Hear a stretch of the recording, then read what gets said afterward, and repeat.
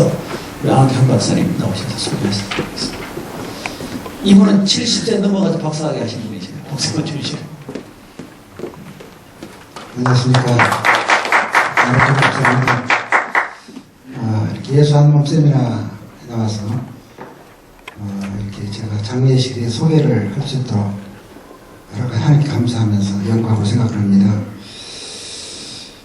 예, 아마 여기 계신 분들 세미나에 참석했지만 장례식에 대한 이런 세미나라든가 하는 걸 처음 들으셨을 거라고 합니다. 이번에 이 세미나를 우리 정원들 목사님이 계획을 하시면서 앞으로 장례식에 대한 이런 과정을 개설해서 같이 했으면 좋겠다 이런 말씀이셔서 앞으로 소개 좀 간단히 해줬으면 좋겠다 해서 이 자리에 섰습니다. 이번 목사님 사모님이 반응이 좋으면은 추진해서 하겠고 아니면 또 다른 계획이 될지도 모릅니다만은 하여튼 장례 예식 지도학교 개설돼서 앞으로 많은 자들에게 유익해주는 그런 과정 개설됐으면 하는 바람으로 말씀을 드립니다. 예, 저는 이번에 아까 우리 정원들 소개하셨지만 한국 기독교 장례식에 대한 목회자 인식도 및 개선 방안에 대한 연구라는 주제를 가지고 제가 박사학위를 받았습니다. 예, 사실 우리 각 교회에 보게 되면 행사가 많습니다. 그렇죠? 임직식, 무슨 설립 예배, 무슨 이런 많습니다. 결혼식도 있고 별난 거 많습니다. 그러나 제가 이걸 담당해서 그런 게 아니라 가장 그중에서 중요한 것은 장례 예식이다 이렇게 생각합니다. 다른 걸 실수해도 됩니다. 그러나 장례식의 마지막 임종 보내는 그런 예식인 만큼 우리가 엄숙하고 실수를 해서는 안 돼요. 잘못하면 예식을 통해서 교회가 분열될 수도 있고 막 싸움판이 벌어질 수도 있고 여러 가지 종교 갈등으로 인해서 문제가 발생할 여지가 얼마든지 있습니다. 저는 지금 70이 넘어서 이렇게 목회를 지금 해왔습니다만 저 최초에 장례식을 당해서 엄청 당황을 했어요. 현재 여러 가지 참고 문안으로 예식서도 나오고 각 교단별로 예식이 나왔습니다만 실질적인 문제점이라든가 절차상의 이런 구체적인 것이 나와 있지 않아요. 그래서 이번에 저희들이 그 안양노회를 중심으로 설문조사를 해본 결과 목사님들 거의 대부분이 목회자에 대해서 장례식에 대한 교육을 꼭 실시해달라 이런 신실한 당부가 있었습니다. 그리고 이번에 저희 학교에서도 대단히 보니까 중요하다. 그래서 이것을 앞으로 학교에서 강의를 해줬으면 좋겠다 해서 지금 얼마 있으면 제가 강단에서 이 장례식에 대해서 그냥 기독교 장례식에 대해서 강의할 그런 계획이 되지 않겠나 생각이 됩니다. 그런데요, 이 장례 지도사가 일반 어떤 교육 장례 문화원이라든가 또 을지대학을 비롯한 몇 개 교회에 장례 지도사 과정이 설립되어 있습니다만 기독교 장례식에 대한 이런 과정이 없어요. 지금 없어서 잘못하면 현재 진행하고 있지만 진행하는 과정에 이단 요소가 많이 포함되어 있습니다. 그걸 모르고 있습니다.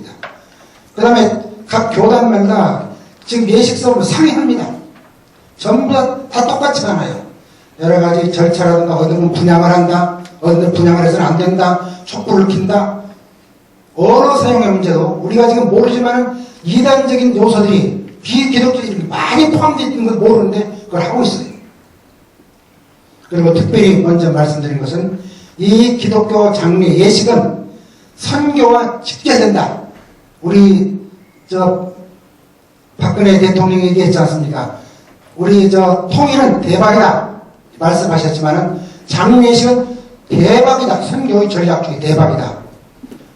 마지막 장례식을 통하면 엄숙한 죽음을 앞두고 인간은 유한하구나. 보잘것없는 달이 흐르고 가는구나.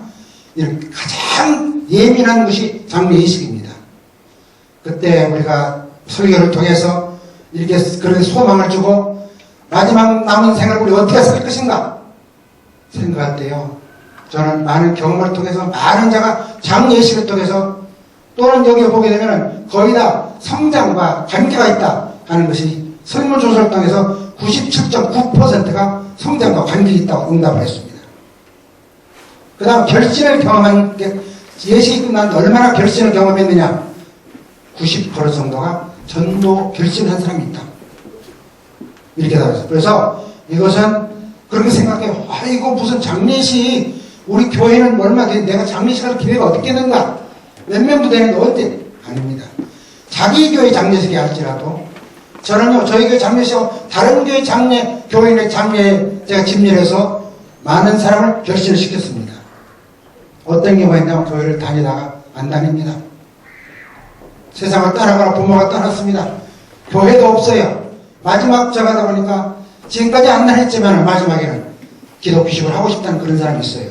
그럼 교회를 통해서 거기에 자청해서 집례를 해주면은 바로 그런 모든 하나가 돼서 헌신하고 봉사하는 모습 집례를 잘하게 되면요, 믿지 않았던 사람, 하나님을 떠났던 사람, 이런 사람들이 많이 돌아온다는 사실을 알고, 이건 우리가 중요하다는 것을 알고 간단히 제가 설명을 드리겠습니다. 그래서 현재 가장 문제가 된다고 하는 것은 목회와 장례식의 중요성에 대한 인식도가 부족해요.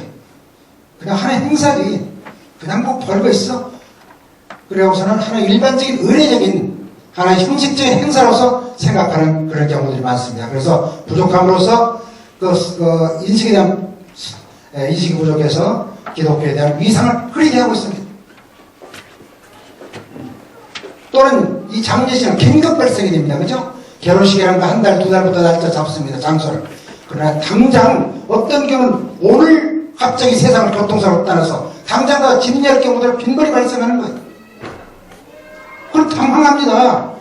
우리 의식 가서 보죠. 가보면은 뭐 각 교단 예식사 다 해서 갔다면은 각 다르고요. 그렇게 되질 않아요.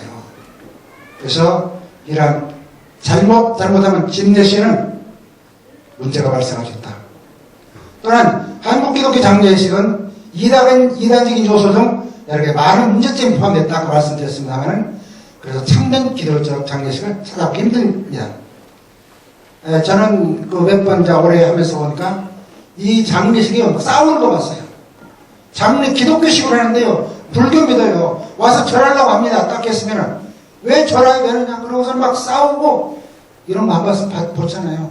기독교인데 불교를 믿는 사람들, 미신적인 무속종교를 믿는 사람들은 내 죽은 사람 절해야 되는데 왜 그러냐고 깽판 먹고 술 먹고요 막 소리를 막 지른다. 장례식이냐는 이런 경우에 많은 그런 문제점이 발생하고 있습니다. 그리고 또 하나는 문제는 기독교는 가장 중요한 불효종교라는 인식이 강해요. 왜 절을 하지 않느냐?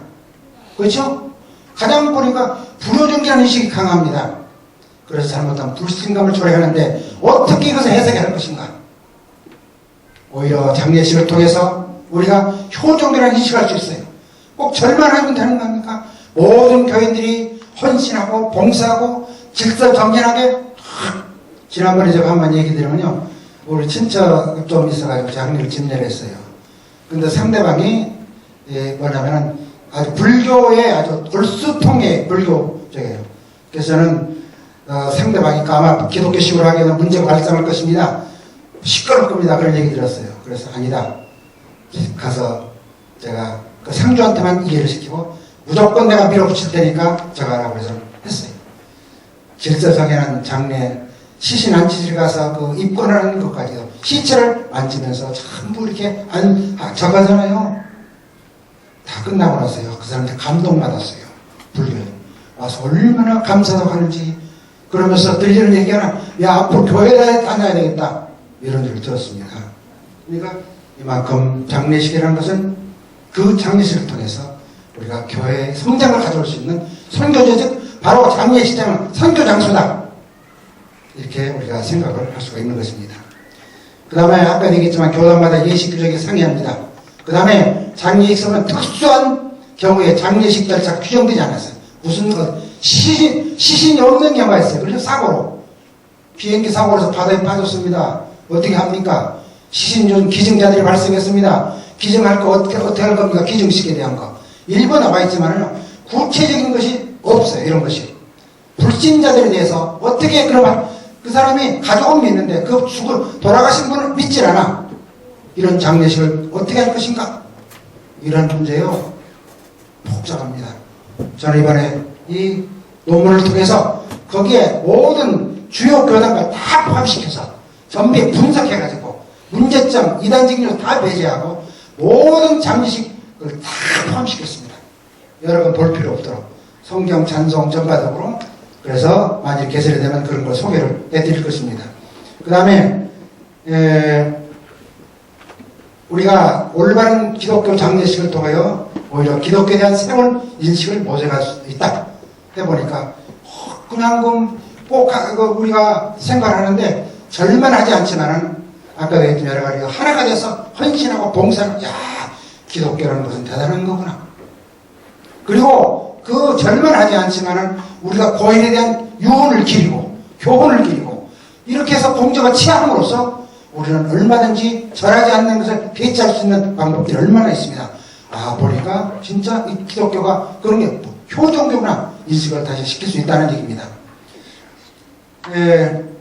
그리고 지금 얘기하는 문제점을 얘기했고요.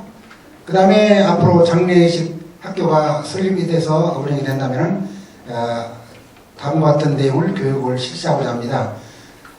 기독교 장례 지도사 양성을 목표로 필요한 교육을 하고요.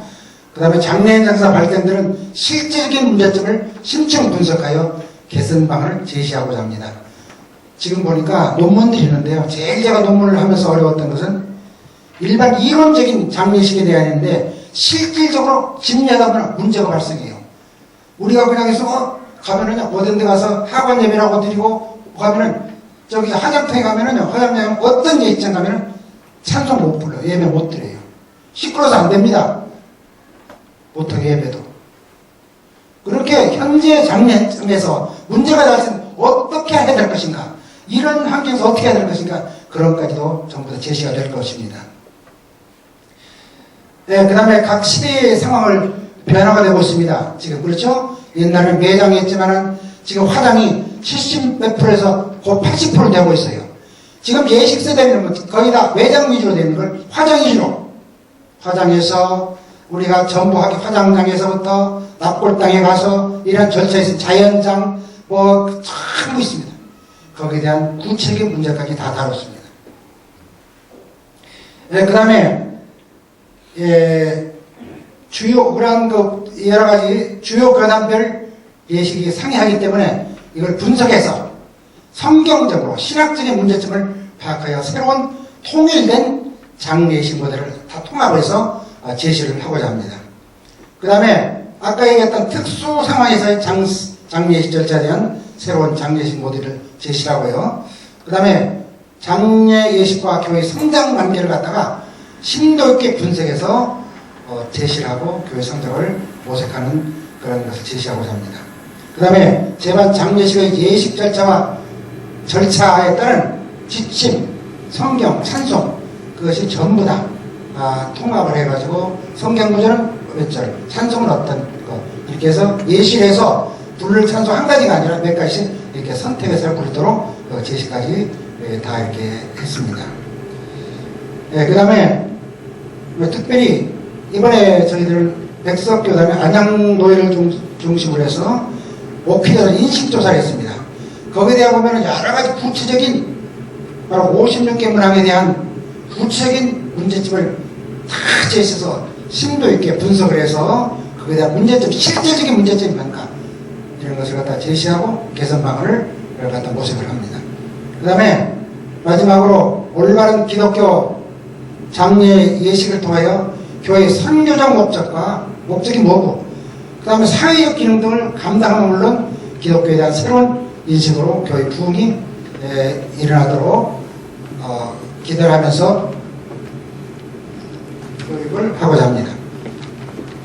그래서 거기에서 지금 강좌 일정은 1강에서 11장 강으로 되어 있어 1강 기독교 장례식의 중요성과 문제점, 그 다음에 우리가 좀 알아야 되기 때문에 한국인의 전통적인 장례식을 이해하고, 그 다음에 기독교 장례식의 이론적 이해, 성경적 신학적 역사적 이해에 대한 것을 갖다가 우리가 알아보고 살펴보고요. 그 다음 장례식의 실제적인 여러 가지 장례 문제점과 예식에서 나타나는 장례식의 일반적인 절차, 장례 예식의 변형에 따른 기독교의 수정과야 무조건 옛날 것을 버릴 게 아니라 우리가 그것이 이단적인 요소만이라면 가능을 수용하는 걸로, 또 변형하는 시대적 상황을 어떻게 우리 기독교 수용할 것인가 이거에 대해서 다뤘습니다. 그 다음에 개신교 주요회단의 장례식 소개 쭉 하고 그 다음에 인식도 조사 분석 결과를 우리가 평가돼야 한 것을 우리가 다루고 그 다음에 기독교 장례식 올바른 기회 및 목적의 사회적 기능 그 다음에 특별히 우리가 문제가 되는 것은 우리가 성경적으로 이 장례식에서요 화장하게 되면 부활에 관계가 있는가 없는가 어떻게 생각합니까 여러분? 화장 화장해버리면 육신이 썩 부활할 텐데 이론적인 상당히 많은 팽팽한 이론들이 있습니다. 이걸 다뤄줍니다. 이걸 갖다 목사님들도요 다 달라요. 몇십 프로는 부활에 관계가 있다 부활 못한다 화장하면 어떻게 할 것인가. 그 다음에 자살자 문제가 있습니다. 자살자는 과연 구원받았나 한 번 구원은 소식 전하지 않는다고 했는데 자살자가 아니 기독교인이 자살을 했다. 과연 이 사람 천국 가는가? 그런 그 사람에 대한 우리가 장례식을 어떻게 해야 될 것인가?